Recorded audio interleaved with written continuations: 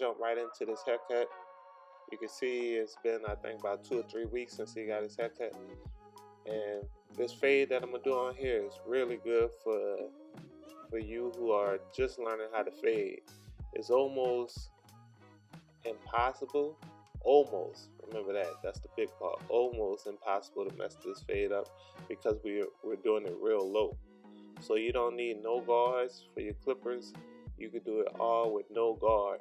And it's good for kids because they move a lot and it's hard for you to really mess it up. And also it's easier for you since you're dealing with no guards. You really don't have to worry about putting a patch in their head or putting a gash in their head. So it's a nice haircut for young kids. So right here you can see I'm balding them out. I go this way to try to bald it out and get it close, but if the kid continues to move, then I flip it around like that, and then I just bald around and try to get it as close as possible around the bottom.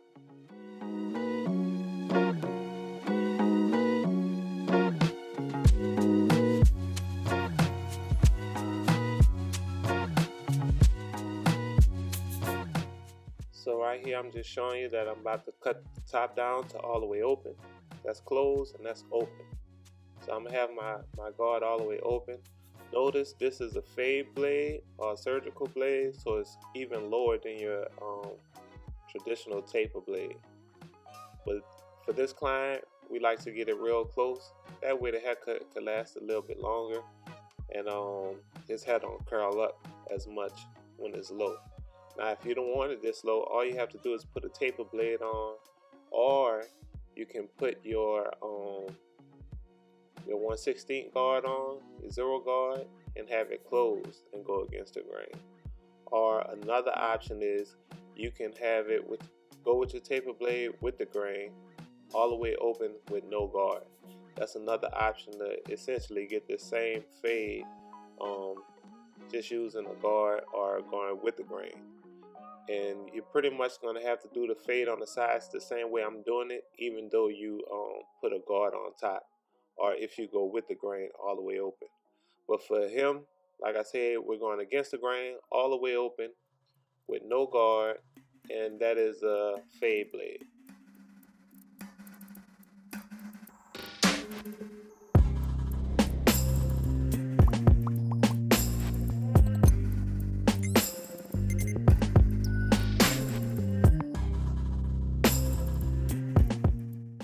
Another thing, you can see how much he moves while I'm cutting his hair, but it really doesn't bother me because, like I said, doing this method right here, it's hard to mess up the hair. You can go practically in any direction and you really won't mess it up. But it's good to have good practices, so you want to go against the grain as much as you can. You can see me back here around the swirl. I'm going against the grain just to make sure I get everything as even as possible. And something for me, when kids are moving, I don't really complain if they're moving and I'm cutting their hair down and stuff like that. It's really when I get ready to do the lineup that I need them to be still. You can see right here, this is closed, and I'm about to start the fade method.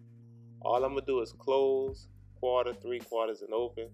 Y'all know that's my fade method. So right here at the bottom, I have it all the way closed, and I'm going back and forth 2 or 3 times.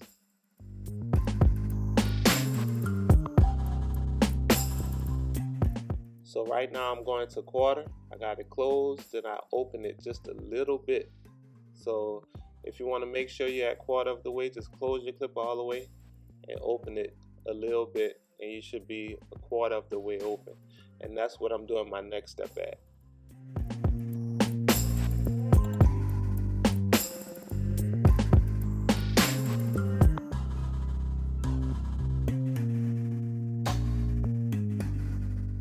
So after I go back and forth on this step about 2 or 3 times, I'm going to 3/4 of the way open. You can see I opened it all the way, then I closed it a little bit, just to make sure I'm at 3/4 of the way open. And now I'm going back and forth on that level, and then obviously after that I'm just gonna go all the way open and connect the sides to the top. And that's pretty much the fade. So like I said, this fade is super easy. It's good for beginners when you're learning how to fade, just to get used to the fade process. And it's good because typically when you're learning, you're going to learn on kids. So if you get a kid like this with this type of low haircut, it's easier for you to learn it, and you could take away a lot of the fear of messing it up. Now you have to focus on the lining to bring the fade out, but for the most part, the blend should be in, and even if it's not perfected, it will be good enough for the kid.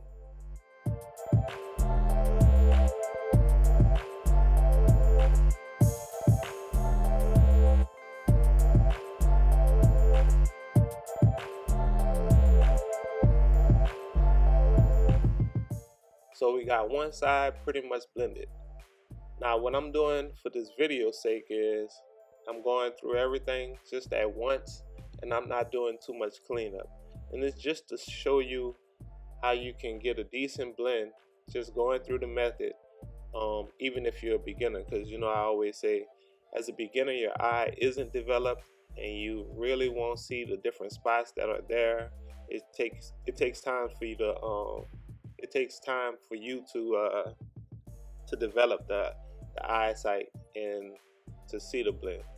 So for the video, I'm just going through, and you're gonna see the blend is pretty good. But what I did after that, I pretty much touched it up even more to my liking, just so I could send them out as fresh as possible. So you see, I'm doing the same thing on this side. I did close. Now I'm doing quarter of the way open, and I'm working my way up. The next step is 3/4 of the way open, and then I have all the way open after that. I'm gonna leave a link in this video just so you can get a better understanding of what I mean close quarter, 3/4, and open. Because like I said, that's my fade method. I do that on everybody. So I'm gonna leave a link in this video just so I can you can see how I break it down and get a better understanding.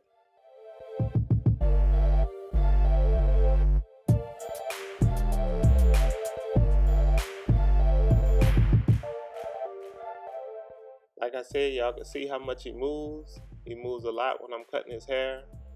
But one thing I have in mind when I'm dealing with kids, most kids are active and they start to crying and getting mad when you try to retain them or whatever. So if it's something like me blending and stuff like that, and I can move with them, like if they turn their head to look another way, I work on the side that they have in front of me.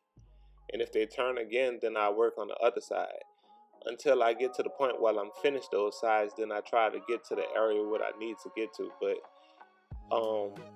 I've been doing that for a while, and it seems to work for me. Most kids don't really have too much problems in my chair, so I try to let them, be a little free all up into the lineup. Now, if I feel like they're going to be way too active, then I line them up first. So, like I said, you can see he moves a lot, so I try to do everything I can to make it easier for him. That way, I can get him in and out the chair as fast as possible with less stress on me.